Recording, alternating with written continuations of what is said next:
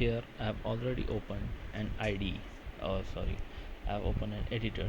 Okay, so here whenever you start your C program, the first thing that you need to write is the pre-processing directives. Okay, by pre-processing directive we mean the files that we need to include, okay, before we start our program. So here the pre-processing directives are written using hash include. Okay, so this is the syntax. Okay, you write hash, or you can say what is called the pound symbol, include, okay, and stdio.h.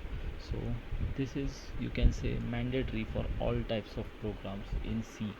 Okay, if you are writing in C++, this stdio.h is replaced by a header file called iostream.h. Okay, so what this actually does is, or what this actually means is, stdio, that is the standard input output. Okay, so the functions of a computer is input output.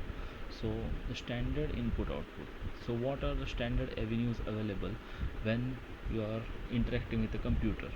So your output can be given either on the screen, that is the console. Okay, so for that there are functions like printf and scanf. You can take the input using scanf and you can show the output using printf. Apart from that, there are functions like fscanf, fprintf, which work on files. Okay, and such functions are used as well. For now we'll be only talking about functions related to the console only. So here this is our first line in the program, and after that we write int main. Okay, so here I am showing you only the general structure of how a C program looks like, and here you can write the function printf, as I said, which will print. Okay, so print as in, it will not actually print a document from a printer or anything, but it will actually show it on screen. So the word print here means to display on the screen. Okay, so here I am saying, like, this is a general tradition. When you are starting to program, you write the word hello world. Okay, so this is it. So here, as I have written int main, I need to return 0 here. Okay, return 0, and let's save this program.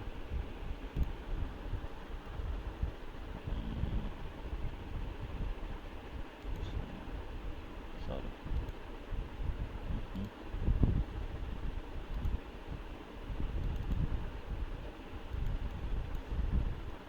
First dot c. Okay, so save it as first dot c. Okay, so here now to compile this thing. Okay, so as I said, you have to use your compiler.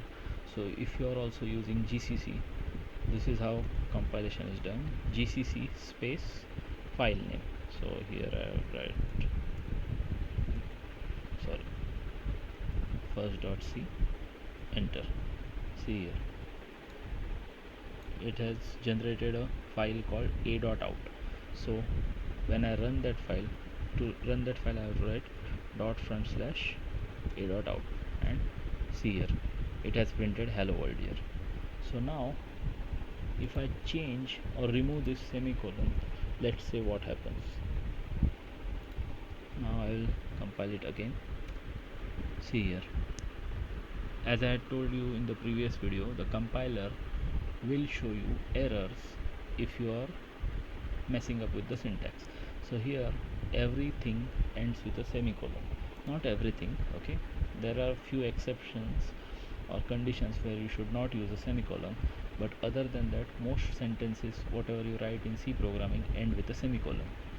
Okay, so here I missed the semicolon. Okay, I removed the semicolon to test the thing, and it returned the error expected semicolon before return 0. So before return, so here it was straightforward because it's a very small program, but in bigger programs you need to be careful not to miss a semicolon. Okay, so that you don't have the extra headache of debugging the programs. Okay, so let's try again what happens. See here, now it works properly. So now this is the a dot out that is being generated here, but we want our file or the object to be renamed something different. So you can say gcc space minus o. So this flag, okay, so this you can use to generate the object file of a specified name.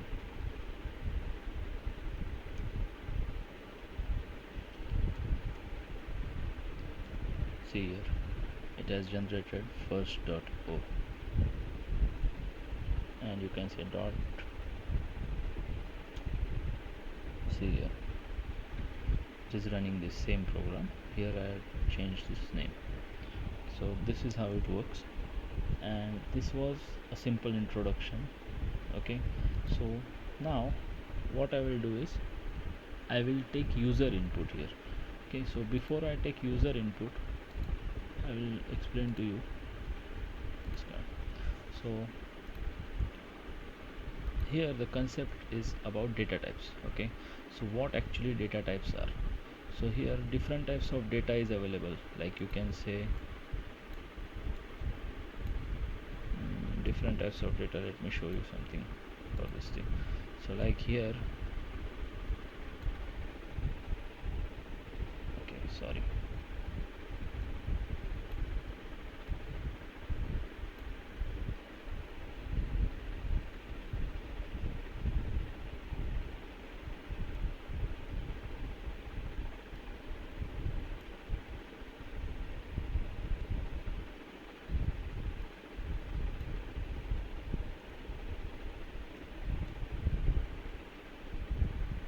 okay.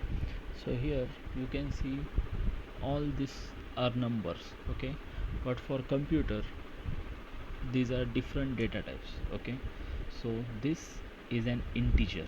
Okay, so it does not have a decimal value anywhere, so this is an integer. Here this is called a float.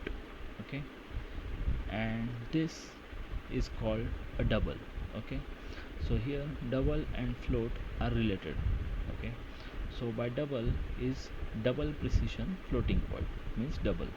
Okay, so essentially what double means is the size or the numbers that are allowed beyond this thing.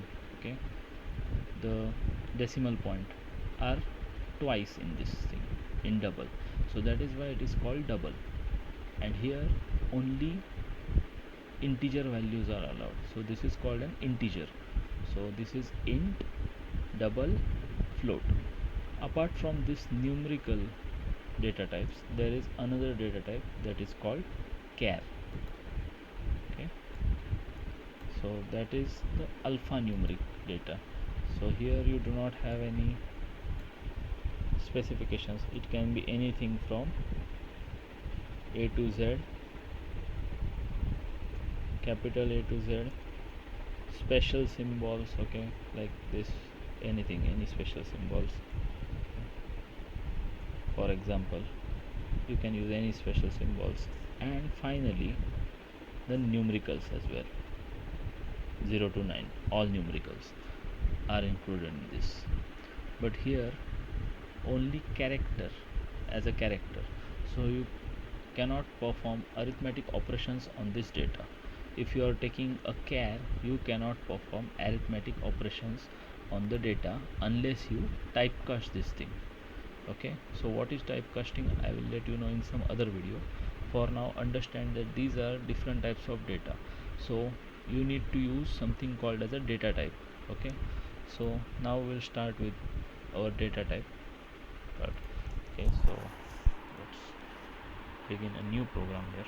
Hash include stdio.h.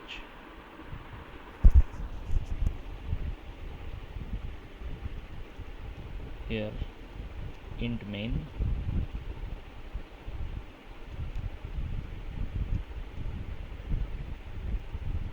many people usually use a void main. Okay, but I prefer using a int main. Okay, So you can use void main as well. So if you're using void main, you don't need this statement return 0. This statement is only required if you are returning something. Okay, so here now I will take an integer. Okay, so I will name it x equals to 10. So what I will do here is I will display this value.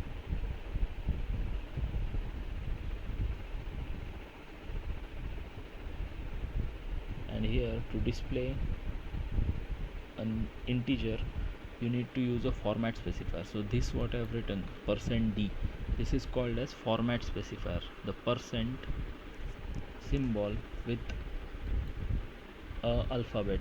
So if you are using an integer, so this was an integer, okay, for that you need to use %d. If you are using a float, you need to use %f. Okay, so accordingly, if you are using a character, then you need to use %c. Okay, so that's it. So here what I will do is I will say x, and let's save this thing, and data types dot c.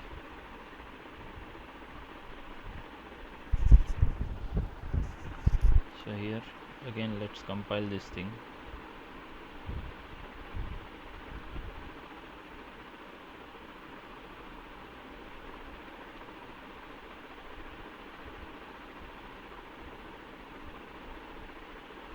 And let's see if the file is generated. See here, the file is generated. Let's see what's the output. See, it is showing x is equals to 10. So here it shows the value 10. Let's see what happens if you put an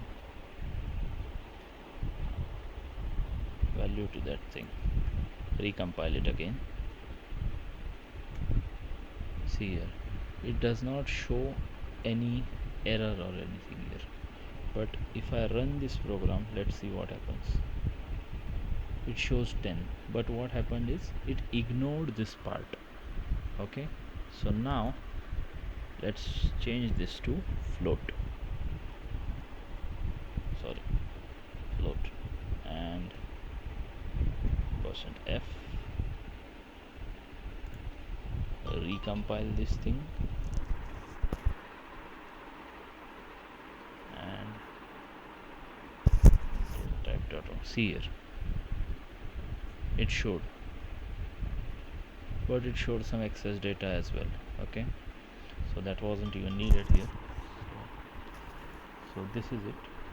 In the next video we'll see some more programs.